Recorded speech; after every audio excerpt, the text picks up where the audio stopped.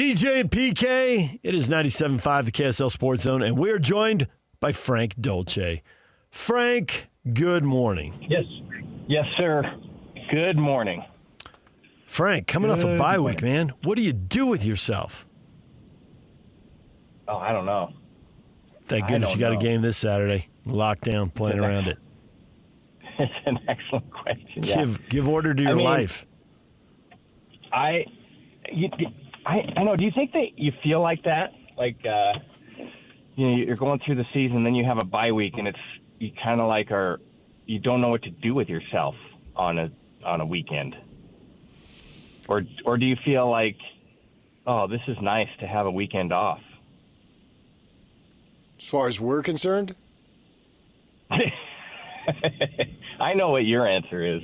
I mean, we're still watching games, and then from our perspective, the only time we would really have a week off is if BYU or Utah had a bye. And then there's conference games to watch, which is fine, great. I look forward to it. I mean, it blows by so fast. We're already in November. It's like 12 weeks and no problem. There's plenty of time to do other stuff the rest of the year. I look forward to every Saturday in the September and October, November months, and I suppose into December and spills into January, but particularly during the season for everybody, and then see where they get and where they stack up and where they go as far as that goes. So I think for Utah right now, the question is, can they go undefeated? And I suppose the answer is yes if you use the verb can, but if you change it to will, maybe that opens up a little more debate. I think it's a funny team because I think they've in most games outside of two games they've played really well, especially recently, like kind of dominating efforts, rising to the level of expectations,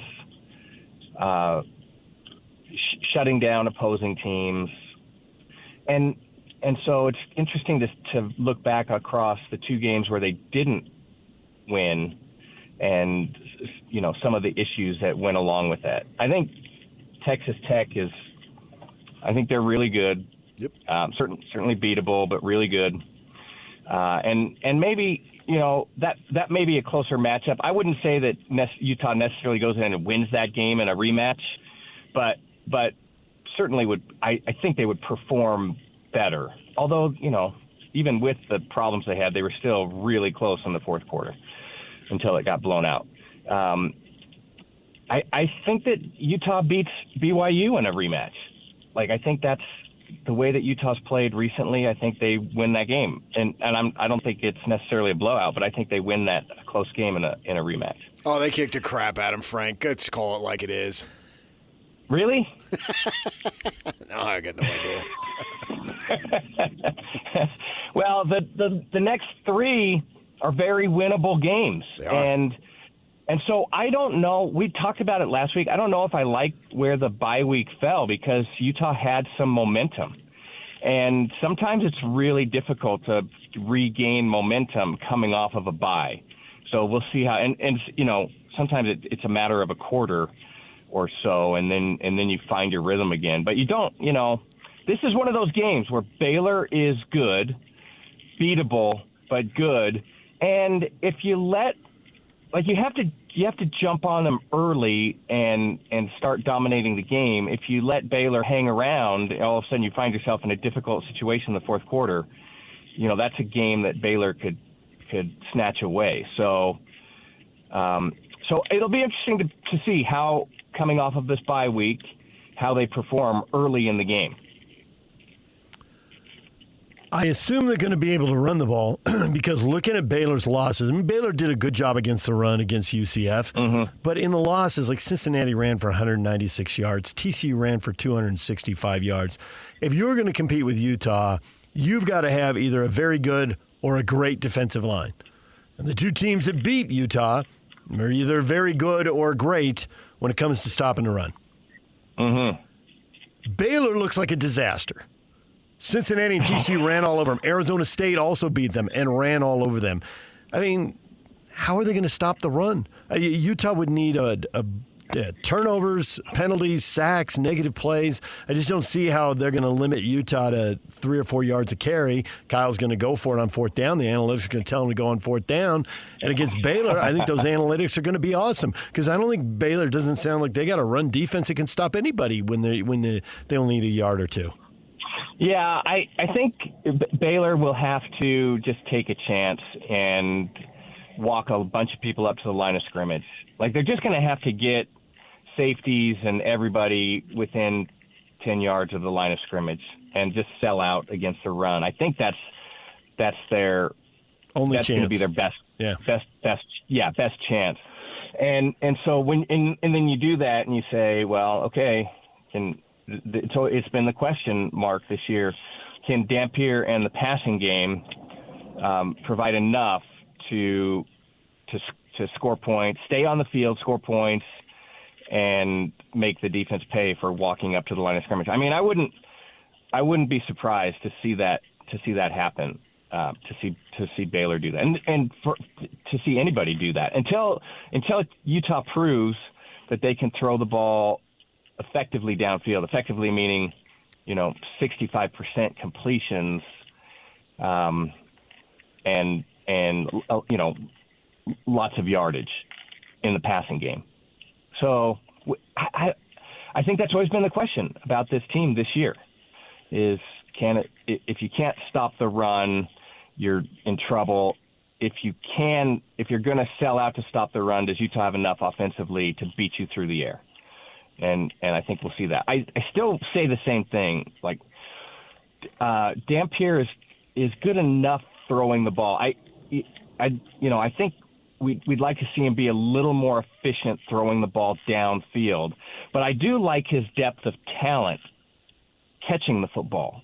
And that's with tight ends, and that's with wide receivers, and that's with people coming out of the backfield. I think there's a good depth of talent that can keep a defense off balance. The one thing that I would eliminate if I'm Jason Beck is the deep ball, because it seems like on his interceptions, that's when they occur.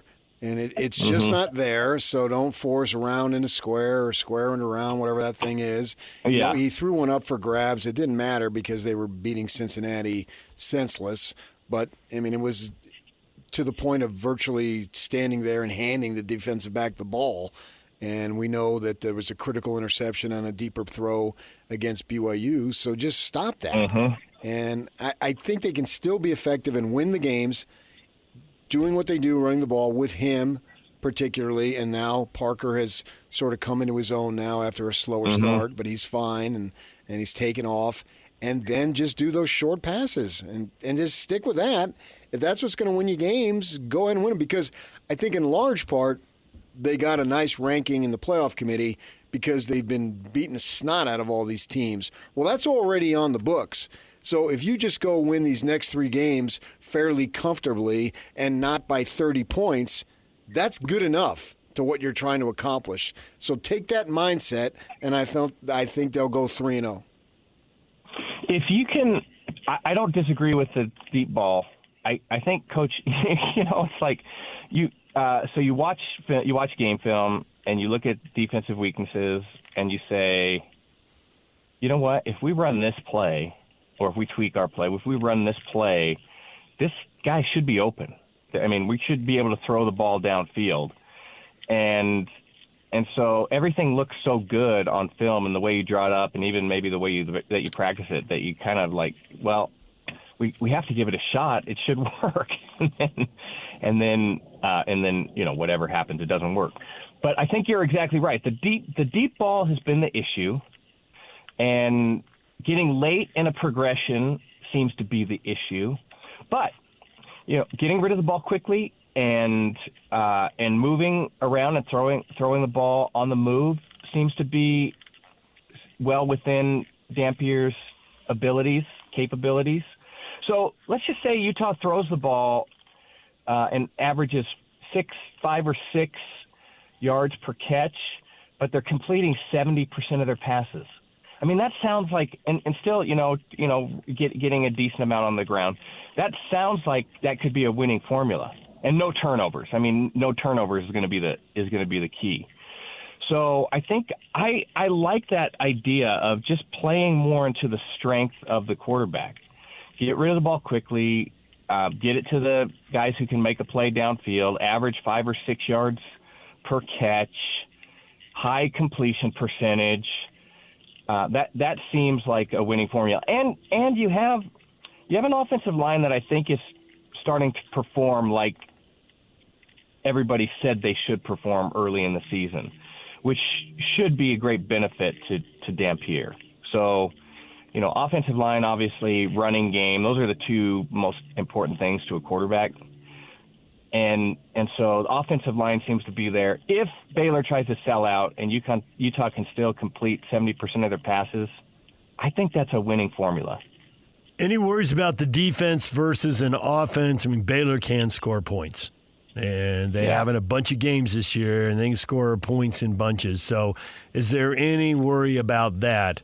Because if Baylor has a path to winning this, I mean, they lost to TCU 42-36. They beat K-State 35-34. You see the kind of games. SMU was a 48-45 game. If Baylor's going to get you, it seems like that's the kind of game where, you run for 1,000,000 yards, and you get your 35-42 points, but we have the ball last and we outscore you. But Utah's defense hasn't really found themselves in that situation. Could this be different? It could be. I mean, I don't think you want to necessarily get into a track meet with Baylor, and there have been times when there's times when the defense looks really good, like attack. In fact, I think they're in the Big 12, like their percentage-wise of bringing extra pressure is the highest in the Big 12. I may be off on that by a team, but I think that's true. It's a very attacking style defense, and when they get into that mode, it just creates problems for offenses. We saw that happen against Cincinnati and the frustrations in the quarterback and all of those things. So I think that Utah has given up some pretty interesting chunk plays in the run. I think that's a little bit of a concern. And so being really solid against the run. I mean, the worst thing that could happen to Utah is giving up long, sustained scoring drives to Baylor and finding yourselves in a back and forth type of affair. I mean, if Utah gives up a longer drive but then limits to a field goal or no points, that's okay. But long, sustained touchdown scoring drives, I think that could be really, really impactful this week. So, but I think this defense has the capability, the talent capability to slow down that offense. And then if Utah can create a turnover or two, that would be significant. So it's a dangerous offense. And I think Utah's shown some signs of being a little soft at times in areas, but generally I think it's a really good matchup for Utah defensively. All right, yeah, I like that. That's reasonable, Frank. You're a reasonable man this morning. Wait, when am I not? I mean, I've heard that. You're not the first person who said that to me. But I still, scratch my head. I always feel like I'm pretty reasonable. Well, that's a compliment. Why'd you take that as a negative? Is it because I said it? It's because so many people say it that I'm starting to question. What? I don't follow that logic. You're being unreasonable. Now he feels better. Yeah, thank you. Wow. Everything's back in order. Yeah. Well, there's a sense of semblance with the Utah football program that this is where, for so many years, it has been as we get into November, and we see the reasoning as to why they are where they are, and we know the reasons why they're here, and we're back at the same spot where it seems like outside of last year we've been for the last 10 years. Yeah. There's as much as everything changes, it doesn't really. Everything stays the same, and I like this. I like this football team. I like the style. I mean, I've kind of come around. I used to say, kind of poking fun at Coach Whittingham, like he would, if he could win every game 9-7, then he would do that. Like that's it's his comfort zone. Yeah. Stifling defense and just get a safety and just enough to get across the finish line on the offensive side and control the ball, control the time of possession, which time of possession is only meaningful to me with a Coach Whittingham offense. Like that's just the way he plays. It's such old school that that's still a meaningful statistic for him. So I've come around on that. Like I've become a guy that's like, yeah, I want to see a stifling defense. I want to see an offensive football team. I mean, I'd like to score more than 9 points, but I'd like to see an offensive football team that is long, methodical, beat up a defense kind of drives. And then find yourself in the fourth quarter where an opponent is just like, man, I've had enough of this. It's I've had enough of this kind of angst at the line of scrimmage all day long. So I like that style of play, and I think this is a team that is aligning with that style of play as we go through the season. I make it sound like they're trudging on 3 yards in a cloud of dust, but what are they averaging? I mean, like it's also interesting that they're averaging so many points per game. Like I can't remember off the top of my head what the points per game average, but it's like tops in the Big 12. Like that's pretty Well, they significant. lead the country in margin of victory, I think, and Texas Tech is second. I think it's like 36 or something. The conference puts it out every week, and Texas Tech is right there too. So as much as we want to say like, oh, this is a grind you at the line of scrimmage football team, you got to establish the run. We're gonna, it's gonna be a low scoring. Well, it feels like that in ways, but then the productivity, statistically, the productivity looks much different than that. I think the thing is that they seem to average 6 or 7 yards of play depending on the game. Yeah. They seem to average 6 or 7 yards of play whether they're running or throwing the ball. The short passing game has been really effective, and Dampier's kept his completion percentage above 65% and bounces around 66, 67, whatever. He's kept it up there. And it seems like I don't know realistically that you can say never throw the ball deep. Although I've been tempted to say that. But if he does, I think your situation where Baylor, where they're putting 10 guys in the box, it's like and your whole thing about the longer progression, well, now the receiver's further downfield and he just can't throw it that far. Like physically, he can't. So why get mad at him? He can't do it. You're just wasting your time getting mad at him for that. But if there's only one safety, a quick look with your eyes to move him one way and then throw it deep the other. The pigs don't usually come in one-on-one coverage. They tend to come where there's more zone, or there's two safeties and they're staring at the QB and they see the ball the whole way. That's what happened to the one at the goal line. PK and I were sitting next to each other, and from the second he wound up to throw it, we were both like, nope, that's going to be a bad idea. Don't do that. But there's too many guys standing at the goal line looking at him that are going to react to the ball the second he throws it. So, of course, it got picked off.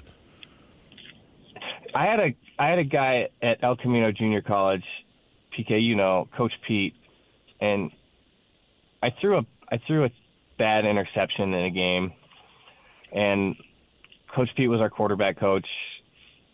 I walked off to the sideline, and he looked at me and it was the simplest thing in the world, and all he said was, "Don't throw into coverage."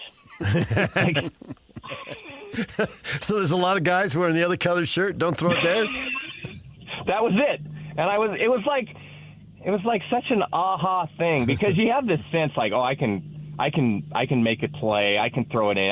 I can sneak it in there. But when you take it, when you have that perspective, like, wait, don't throw into coverage. And then, I mean, circumstantially, if you're down late in the game, you have to, maybe you take a shot, something like that. But generally, that's a pretty good rule. I think that's a pretty good life rule. Maybe we should make some T-shirts. Like, that's a life Don't throw lesson. into coverage. Don't throw into coverage. Like, it's so simple. And it's a hard with the confidence in these guys and the belief in the ability to make any play. Sometimes that can be challenging to overcome. But I think that's it. It's as simple as that.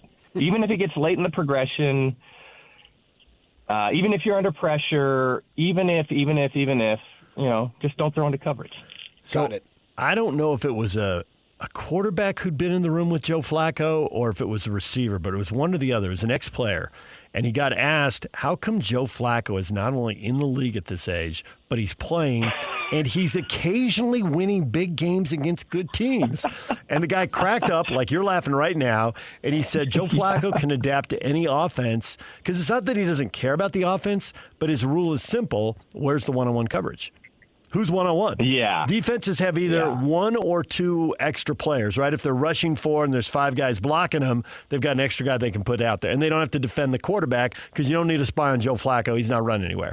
So there's 1 or 2 extra guys. He just figures out where they are, and then he throws it to somebody else. He's like, you can give him all the language and and he just cuts through it when he drops back who's one-on-one. Because NFL receivers one-on-one, they're probably going to win. So he just finds the one-on-one. He doesn't throw into coverage. He goes with the positive that you needed the negative. Don't throw into coverage. And Joe's thinking, where's one-on-one? Boom. Where's one-on-one? Yeah, I mean, I think that is going to be important this week as well, especially if Baylor starts walking up. Like, if they start sneaking toward the line of scrimmage, that's kind of a quarterback's dream, to be honest, to see – like, this safety is never – I mean, he's playing center field, but he's never going to be able to get back in coverage. Right. Like there's just no help. And so you may have 1 or 2 guys, depending on the route, that will find themselves in that situation. And then you can take a chance throwing the ball downfield. Yeah. And so maybe that is, that if that unfolds – that would be a situation where I'd say, yeah, let's, take a shot. Let's throw it downfield. Even though, as I think we all agree, throwing downfield late in the progression with a few people around in the wrong color jersey has not been meaningful for Utah this year. Well, Frank, see, when you say it like that, I think you're a reasonable guy. Well, listen, this has been a very reasonable conversation. There you go. Thanks, Frank. We'll talk to you again next week. All right, you guys are the best. Talk to you soon. Frank Dolce, former Ute quarterback, joining us right here on 97.5, the KSL Sports Zone. Coming up at the top of the 9 o'clock hour, we look forward to BYU and TCU. The Frogs are coming in. It's the late-night game. Steven Johnson, TCU beat writer for the Fort Worth Star-Telegram, joins us at 9 o'clock. It's a Jazz Ticket Tuesday. Are we doing that next, Jock? All right, right after the break, we'll give away tickets to see the Jazz and the Hawks Thursday at the Delta Center. Stay with us.